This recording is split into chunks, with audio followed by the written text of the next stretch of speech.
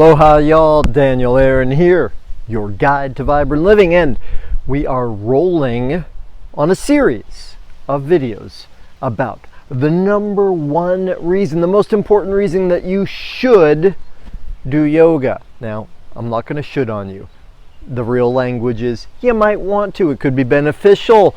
There are benefits, and this is, okay, I know I said before that was the real reason, but this, I swear, is for sure the top reason, most important reason.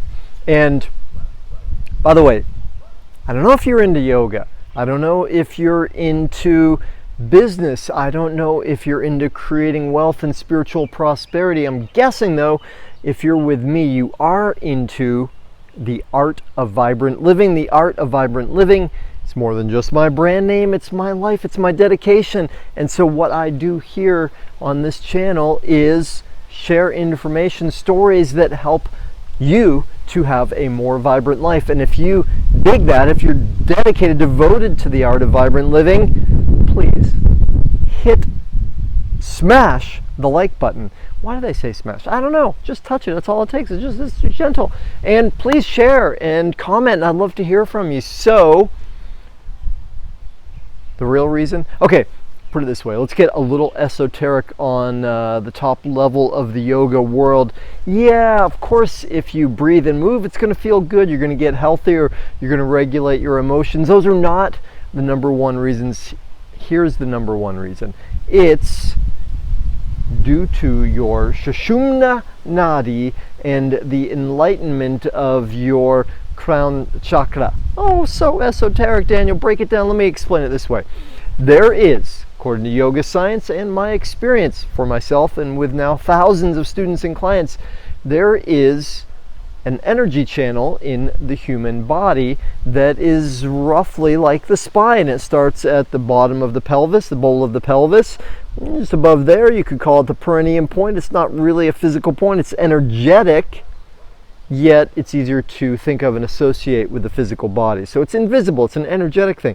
Somewhere around there, just above the bottom of the pelvis, the perineum, in between the genitals and the anus. So there's this point, call it the 0 point, the base chakra, the root chakra. That point is the origin of our energy, our vitality. There's a reason that the root chakra, the base chakra, or energy center, if you don't want to get using the Sanskrit words, there's a reason that that base energy center is associated with survival, with passion, right? That is the origin of our life force, and it's the energy that relates to elimination, defecation, right? All those sort of downward moving energies.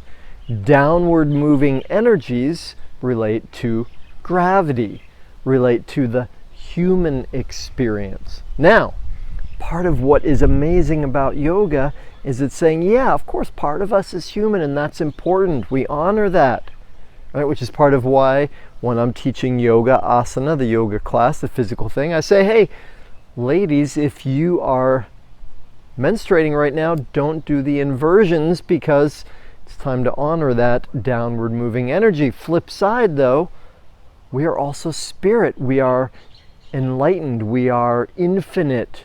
We are eternal, fearless. That part of us is, right? The human animal part, yes, it has fear. Of course it does. That's part of our survival mechanism. So, yoga is really about, here's the number one reason. Yoga is really about cultivating and activating that spiritual part of us, which is what we're here for, right? That's our evolutionary destiny. That's what brings us to feeling most alive, most joyous. That's the bliss. That's what Jesus called the peace that passeth all understanding. So when we practice yoga well, right, what we're really doing is taking energy from that base chakra, that root center, that first energy center, and we are moving it. Which direction would you? Yes, of course, we're moving it up. Now, we could talk for an hour about what that's like, and that Sushumna Nadi, as it's called, this main energy channel that goes up along the spine area. Again, it's energetic, it's invisible, it's not the spine. And right? We talk a lot about lengthening the spine, reaching the crown up toward the ceiling. Those kind of commands, comments, instructions, injunctions are so that we get more length out of the torso. We create better conditions through our breath and our posture for that energy to move up. When we do that well, we get the energy to move up, and it brings energy to our heart, not just the base, which is about me, my, mine, I, survival. We get up to the heart. That's the bridge, the heart area, the fourth center. That is the area where it starts to be we, it starts to be love, it starts to be joy, right? Empathy. If we keep going, and if we get to hear it, it will keep going. It goes up to communication center, goes up to intuition center, right? Spiritual centers to cosmic consciousness. Now, without getting too esoteric, you can also think of it just as the more we move energy up, the lighter we are, right? What is enlightenment? It's we feel lighter. Angels can fly. How come? Because they take themselves so lightly.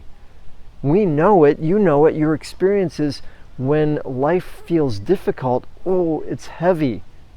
When we are tuned in, when we are energized, when we are aligned with the thoughts, beliefs, and actions that create a vibrant life, we feel light, we feel joyous, we feel happy, and we are contributing to the world.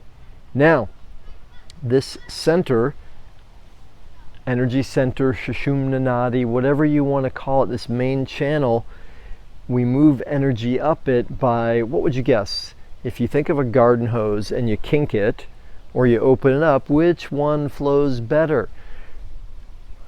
It's said in the yoga scripture that actually, and the garden hose is a great analogy for it, right? Because so often in life, especially those of us that work at computers, for instance, we tend to do this, right? And if you look at it, how's my garden hose doing? Not very well, right? So that's what's part of what's great about yoga, breathing, moving, getting posture to work for us rather than against us. So the garden hose is a great analogy.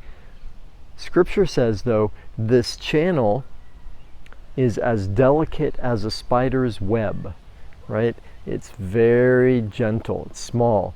Now, so what that means is the more we can tune in breath and movement to align our physical apparatus to create the conditions for the energy to move upward, the better everything goes in life. So, what's the number one reason to practice yoga? It's to cultivate energy, to bring energy up, to get enlightened, to activate the higher consciousness that is part of our human body-mind system. It's part of this combination between spirit and human. We are divine and we are human. We are both. We tend to live so much in this. It's worth it to pay attention to this, to tip the balance and create the balance. And with that, y'all, I bid you adieu from here on a windy day in Maui. I hope the sound was okay. I so appreciate you being interested in the art of vibrant living and giving me the chance to connect with you. And again, please help us reach more people, subscribe, share, spread the good word, and tell me, what do you think? Am I crazy? Is this the number 12 reason to practice yoga? Is it not even on the list? What do you say is the number one reason? I would love to know. I read all your comments. All right. Aloha. Blessings.